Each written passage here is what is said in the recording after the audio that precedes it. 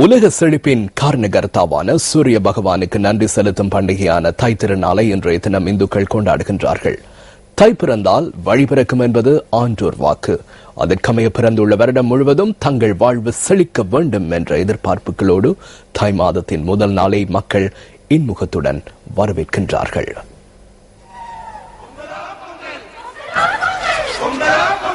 உழுதுண்டு வாழ்வாரை வாழ்வார் மற்றெல்லாம் தொழுதுண்டு பின் செல்பவர் என்ற திருக்குறளின் மூலமாக உழவின் மகத்துவத்தை திருவள்ளுவர் உணர்த்துகின்றார்.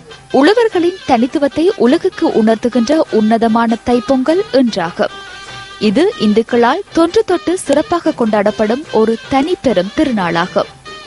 உலகிற்கு ஒளி முதலாக இருந்து நிலம், நீர், தீ, காற்று, ஆகாயம் ஆகிய பஞ்சபூதத்தின் சக்தியை பிரபஞ்சத்துக்கு வாரி இறைக்கின்ற சூரிய பகவானின் அர்ப்பணிப்பை உழவர்கள் நன்றியுணர்வுடன் இன்றைய தினம் நினைவு கூறுவார்கள்.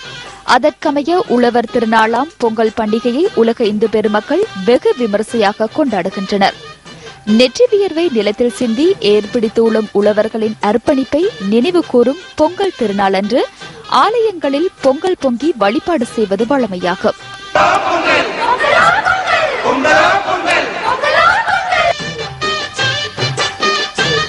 இல்லங்களின் முற்றத்தில் அழகு மாக்கோலமிட்டு மங்களத்தின் அடையாள சின்னமாக விளங்குகின்ற மஞ்சளையும் இஞ்சியையும் புதுப்பானையில் கட்டி பால் பொங்கி வர பட்டாசு கொளுத்தி சூரிய தேவனுக்கு இன்றைய நாள் மக்கள் நன்றி செலுத்துவார்கள்.